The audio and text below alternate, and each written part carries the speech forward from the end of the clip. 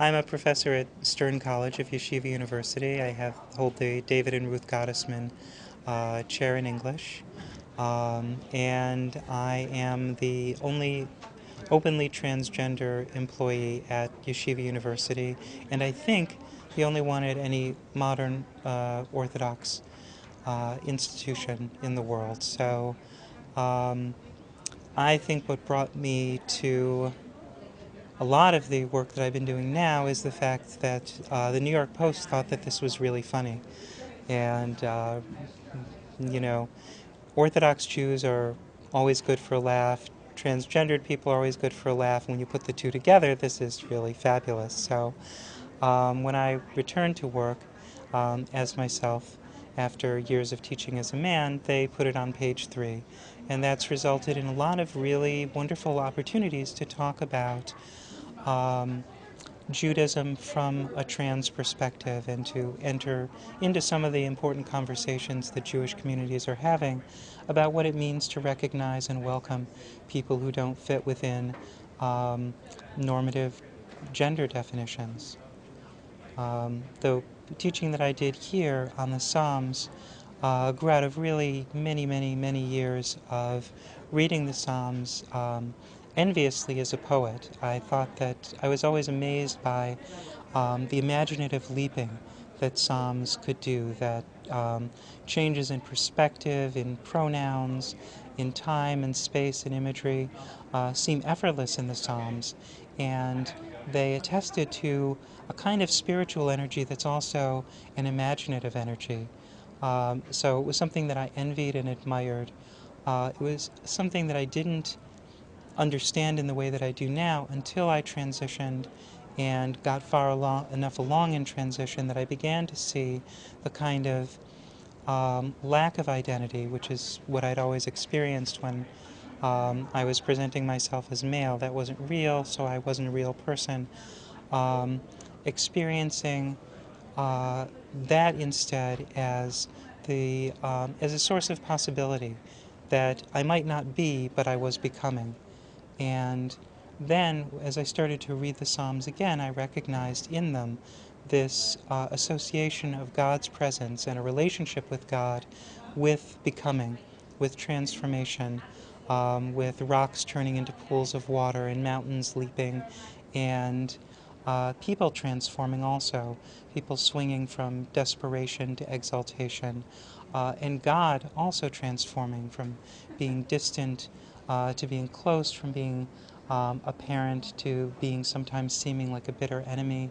The Psalms seem to have faith that wherever there's becoming, wherever there's radical transformation and possibility, God is in the neighborhood, because that's what happens when God is around. Our human limitations and human categories and the things that make the world seem solid to us, they melt and they become transparent and ephemeral the closer that we get to God. And that creates these incredible possibilities of becoming. So that was kind of what brought me here. So you're really bringing out the transformative core in Judaism and the work that you're doing. Yes, that's what I would like to do. I mean, a lot of Judaism is about stability and continuity and tradition, and I think that that's been emphasized by the millennia of persecution, because when you're persecuted and you're in a defensive mode, you are trying to maintain things as they are. Other people are trying to transform them by destroying them, and so you have to hold on. And I think that a lot of forms of Judaism have, of necessity, needed to be wary of those transformative energies and that sense of God as a transforming presence, because we were under assault. I think one of the exciting things that's happening in Judaism, I would say even in the Orthodox world, but certainly with the welcoming of GLBT Jews, is a call to re-examine our tradition and recognize those elements of the tradition that maybe we had put on hold. I'm teaching students that I believe don't know that I'm trans, and that's a strange feeling. You know, I'd kind of like to say to them, by the way, do you know that I used to be a man? But from a pedagogical perspective, that's pretty uncool. That's making the relationship about me rather than about them. So I'm living with this radical uncertainty of who do they see when they look at me. The issue is what, if any, of this is relevant to the educational work that I'm doing with and for them. We do talk a lot about Judaism, and my conversations about Judaism are informed by my experience, but I'm aware that if I bring in the trans stuff into a place that it doesn't already exist, I might be shattering or severely straining the relationship from their perspective. So I might be asking them to do a kind of work that gets in the way of them getting what they are paying to get from me as a teacher. I don't know if this is the right or the wrong thing to do, but I feel that, when I'm with my children, I feel that my children have to come first, and when I'm with my students, I feel that my students have to come first. But I will say that the university has not done anything to discourage me from publishing or speaking on these issues, and in fact, I'm up for um, a promotion to full professor at the moment, and I asked, so if I get that, what kind of publishing do they expect me to do? And I was told, well, they'll be disappointed if you don't publish your book of essays about transition. So I think that I'm constantly astonished by the fact that it doesn't really seem to be a problem for them to have me there. That's great. What sort of responses and questions did you find people raising during your workshop day? There were, well, there was a lot of talk about what it meant to read these images of transformation. What happens when it's, as somebody said, queer Jews often feel like, well, transformation, that's just great. The more transformation, the better. Um, but the images in the Psalms um, make it clear that when things start shifting, when categories of existence start shifting, we're kind of beyond knowing for a while what's good and what's bad, right? If you're really accepting radical possibility, then you have to say, in some ways, you're outgrowing your value system.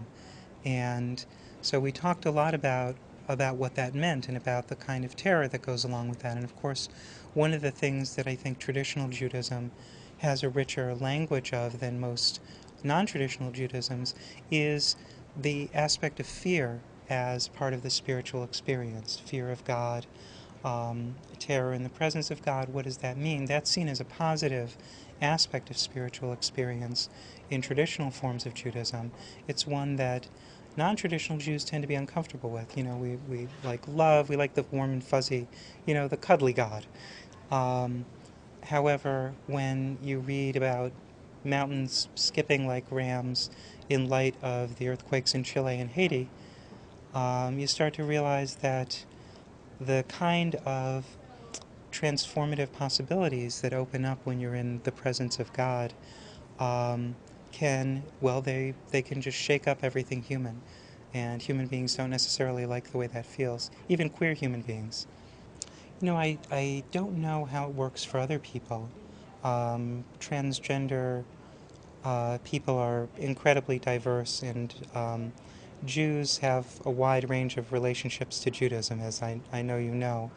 But for me, when I was growing up, I thought that I was the only trans person in the world when I was a kid.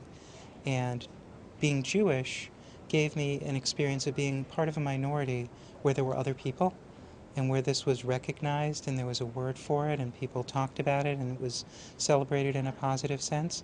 So it was actually great to be Jewish. If I didn't have that identity, then I don't think that I would have had an experience of being a minority